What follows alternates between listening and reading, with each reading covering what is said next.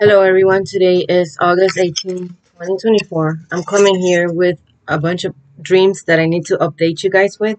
So I'm going to start with the one that I recently posted in my last video, but I'm going to say it in a short summary just because I know a lot of people haven't heard it. So my son had a dream that his friend named Lex came into the place where we were at and he ravished the entire apartment and stole my IDs and my credit cards.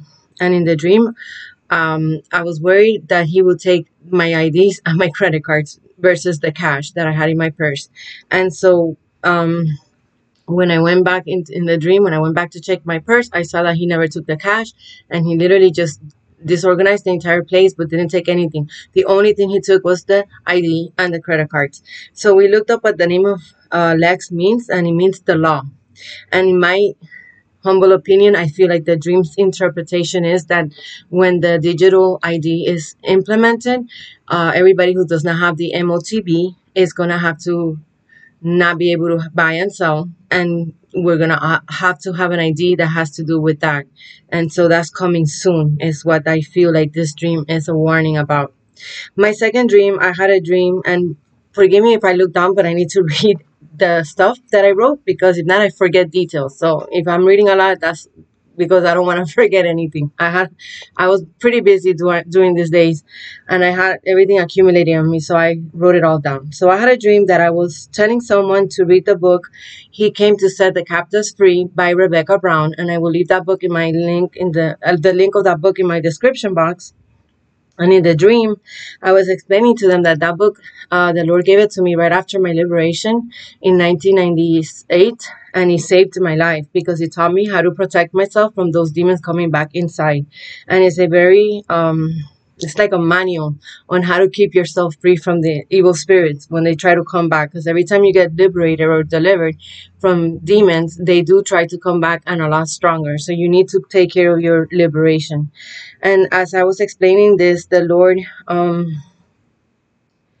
I, I saw in my dream as I was explaining this that Kamala Harris was trying to stop me from saying it. She was censoring me. She was not, like, literally blocking me from saying this to the people. I don't know what that means. Maybe she's going to start censoring the truth more aggressively. I don't know. Let's just pray about it. So dream number 3, my son had a dream that his restaurant, which is a very nice restaurant, it turned into a third world country type of place. And he saw that people were making a line and getting the same exact meal, similar to how when people are in a crisis during a hurricane or something like that, and the FEMA and the government are handing out meals for the people. And he saw that it was very weird how everything was different in his job. Dream number 4, I had a dream that we were mandated to take the jab all over again, and we were being highly persecuted for resisting it. Dream number 5, I had a dream where I saw a baby in one of those firefighter boxes that were created to be a safe haven for babies whose parents don't really want them. And I saw the baby crying inside of it, and I went ahead and alerted the firefighter staff. And when they grabbed the baby boy, they fed him, and I was asking them that what was going to happen to the baby. Who will take care of him, and will he go to an orphanage? And they did not say yes. They did not tell me he was going to go to no orphanage. Then I asked, what is the solution? Who will care for him? And they could not answer that question. I felt the urge to adopt him, but I knew I couldn't do that. And I just broke down and cried. The only thing that the lady holding the baby said to me was, "These millennials." And let me stop right here. Coincidentally, which obviously for me, I don't believe in coincidences, I saw a video with Matt Walsh, and I'll leave that video in the description box. I put it in my community page, and he's talking about how there's a trend that parents are regretting having babies in this youth that we are in the millennials and the probably Gen Zers. And it's becoming something very common that they are regretting having kids. So a lot of things he says was very heartbreaking. And I believe that the combination of these children that we are now having here in our generation that are so addicted to the technology and to the phones, and is creating this like just they are addicted, like drug addicts are addicted to their drugs, and they become they become angry and impatient and a lot more bratish than the normal child, in my opinion. And I think a combination of that with the combination of these parents as well, who are also very used to the comfort of the technology, and they are just also addicted to the phones and to all that, and they don't want to do like the self-sacrificing type of work that parenting requires. It's a combination for a total disaster. Like, this is bad. Like, those kids are probably unsufferable more than any other generation, and the parents are like the least capable and trained people to do this job. And then unfortunately, when the economy collapses and the famine starts, I do see that is going to be most probable the situation where a lot of parents are going to give up their babies because they're not going to be able to literally afford anything for them. So this is sad. I don't know what's going to happen, but if we have money in the coming days when everybody doesn't have money and we can help these children, we should. So God is speaking, and I'm going to leave the Matt Walsh video and pray out and see what God wants you to do when the famine starts concerning these babies that are going to be abandoned by their parents when there's no money.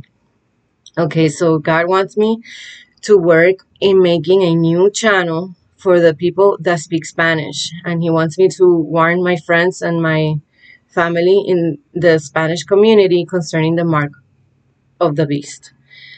So, because that is so much more work for me, I will announce that I am going to start asking for donations again, because I sincerely need the help to keep working here.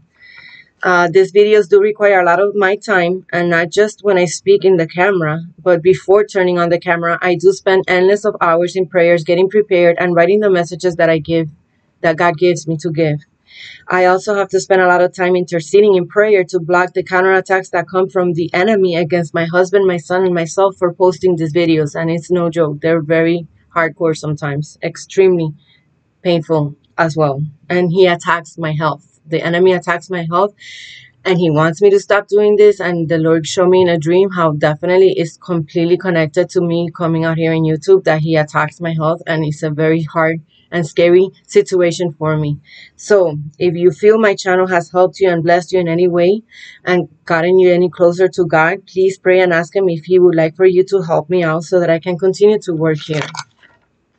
If you attend a church, please continue to give your tithes to that pastor in that church, because tithes belong to the pastor of a church, and I'm not a pastor. I'm just a watchman. But if you are like me and you don't have a church, consider asking God where He would like for you to place your tithes. And I will leave in my description box a video that God showed me about concerning the paying of the tithes. And I did a whole study concerning that issue, which I myself practice. Everything I get, I always pay tithes from that, because it is commanded for all of us to pay tithes, not only the people who receive the tithes. And so I'm going to read to you guys here in the book of Matthew, chapter 10, verses 5 through 10, what it says. These 12 Jesus sent forth and commanded them, saying, Go not into the way of the Gentiles, and into any city of the Samaritans enter you not, but go rather to the lost sheep of the house of Israel. And as you go, preach and saying, The kingdom of heaven is at hand. Heal the sick, cleanse the lepers, raise the dead, cast out devils. Freely you have received, freely give. Provide neither gold nor silver nor brass in your purses, nor scrip for your journey, neither two coats, neither shoes, nor yet staffs, for the workman is worthy of his meat. So in this passage, we can clearly see that Jesus commanded his 12 disciples to work full-time in preaching the word of God and to be sustained financially by those whom they served. They did not charge a specific price for preaching anywhere, but instead they preached for free, regardless of who gave them anything or not. But they did certainly accept tithes and offerings, and indeed they lived off this money wherever they were given, whenever they were given that money by others. And if you need confirmation, I have the verses. Read the book of Numbers, chapter 18, and the book of Acts, chapter 6, verses 1 through 7, 1 Timothy 5:18, Malachi 3:8 through 10, Second Corinthians chapter 8, verses 7 through 15. And I'm going to read to you First Corinthians 9:7, because this is the most self-explicit passage I can find concerning this issue. And it was actually Paul who talked about this. Who goeth a warfare any time at his own charges? Who planted a vineyard and eateth not of the fruit thereof? Or who feedeth a flock and eateth not of the milk of the flock? Say I these things as a man, or saith not the law the same also? For it is written in the law of Moses, Thou shalt not muzzle the mouth of the ox, and treadeth out the corn. Doth God take care of the oxen? Or saith he it altogether for our sakes? For our sakes, no doubt, this is written, that he that ploweth should plow in hope, and that he that thresheth in hope should be partaker of this hope. If we have sown unto you spiritual things, is it a great thing if we shall reap your carnal things? If others be partakers of this power over you, rather are not we rather? Nevertheless, we have not used this power, but suffer all things, lest we should hinder the gospel of Christ. Do you not know that they which minister about holy things live of the things of the temple, and they which serve at the altar are partakers with the altar? Even so has the Lord ordained that they which preach the gospel should live of the gospel. So now, I know that Paul, even though said all these things, he also chose to work in a secular job, as he also served as a minister for the sake of the souls. However, what 99% of the preachers fail to tell us when accusing preachers who choose to work full-time in ministry and not have secular jobs, and they always use Paul as an example, is that Paul was a single man. He did not have a wife and children to attend to or to lead. Thus, single preachers, if they have God's blessing in the matter and God is okay with them working secular jobs, they are not limited by a family concerning their time and energy. It's then permissible for them to work in secular jobs and also be ministers of God as well. But if a man or a woman is called by God to serve him as a minister or a teacher or a prophet or an evangelist, or to serve in any way, and they are married and have children, their first ministry is always their spouse and it's always their children. And that is the most important ministry and the one they will have to give count to God the most. Then the flock that God appoints to them is the second priority. There is no time or energy left for secular jobs if you have all of this in your agenda. This is precisely the major sin in the church of today that God has shown me in the modern churches. The ministers are too busy with their secular jobs and with their ministry, and their marriages and children are being grossly neglected and destroyed. I wrote about all this in my book, We Were Deceived, and I will leave the description of my book in the description box. I have been in YouTube since 2017. I collected donations for a very short season. I decided to stop because even though I am not financially comfortable, I wanted people to really believe me with all of my warnings concerning the future judgments and the New World Order and the Mark of the Beast. I have been trying to leave this job though in YouTube, for it is quite hard for me and I do need more money. I have been sacrificing, and especially my husband and my son too. We all have been sacrificing so I can do this without any help for quite a while. But always, the Lord insists that this is my job. I have been appointed by God to be as a watchman in the wall here in YouTube.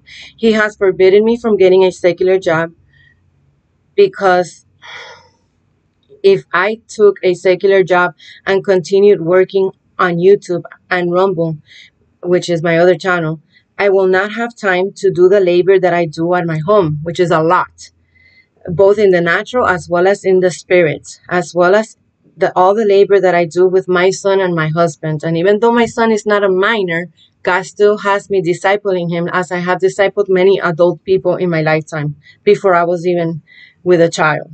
My first job and my first ministry is my home, my husband and my son, and my time alone with God and my health. It is essential that I do not neglect all that hard work as I serve the Lord with the rest of the world. Thus, my friends, this is the main mistakes many Christians have made, and the reason why we see so many divorces and so many rebellious Christian children in the churches of America.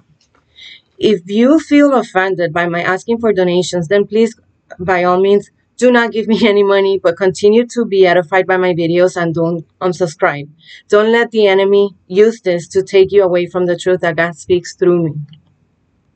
I will obey God, however, in what He has ordained me to do, and I will trust Him to enable me to keep doing this during these days that are very difficult because everything is getting more expensive and things are getting harder in the job in the workforce, especially for like the normal average people that were not rich. Um, Now I have one more dream that I forgot, and I'm gonna share it right now. I had a dream where I saw a bank and it was turned into a gym, and then I saw Benjamin Netanyahu as the owner of the gym. Then I saw many people from many nations coming to this gym to work out. And in my opinion, the interpretation of the dream is that the financial power, because the gym has to do with strength, and then it was a bank, the financial powers of the world will be ruled by the Jews because Netanyahu was the owner of this gym. And I'm assuming that it's not the Messianic Jews. It's going to be the synagogue of Satan who call themselves Jews, spoken about Jesus. Revelation chapter 3:9 says, "Behold, I will make those of the synagogue of Satan who say that they are Jews and are not, but lie. Behold, I will make them come and bow down before your feet, and they will learn that I have loved you." And in the book of Revelation chapter 2 verses 9, it says, "I know your affliction and your poverty. Though you are rich, I know about the slander of those who say they are Jews and are not, but are a synagogue of Satan." And so to close this, I'm going to just say that a long time ago, when I actually decided to stop getting the tithes and the offerings of the people, I did have a dream where I was telling some people that we were going to have to sow our money, and that was almost a year ago, I think, in tithes and offerings. And according to how we were sowing in these days, it was going to be how we were going to be able to live in the future when the famine is here. I'm going to try to find a video to see if I can find it, but they're going to break the economy, and we're going to have to learn to live by faith, you guys. And we're supposed to not stop giving money. The little bit of money that we do get during the famine, that money has to be always sown, 10% or whatever else more He wants you to sow in other situations, in other people's lives, in other ministries. And that's how you're going to get God's blessing to be continuing to receive money again. It's going to get different. We're going to have to live like how the people of Israel lived in the desert, that they depended absolutely 100% on God and on His manna. So thank you for watching my message, and I will see you in my next video. May God bless you.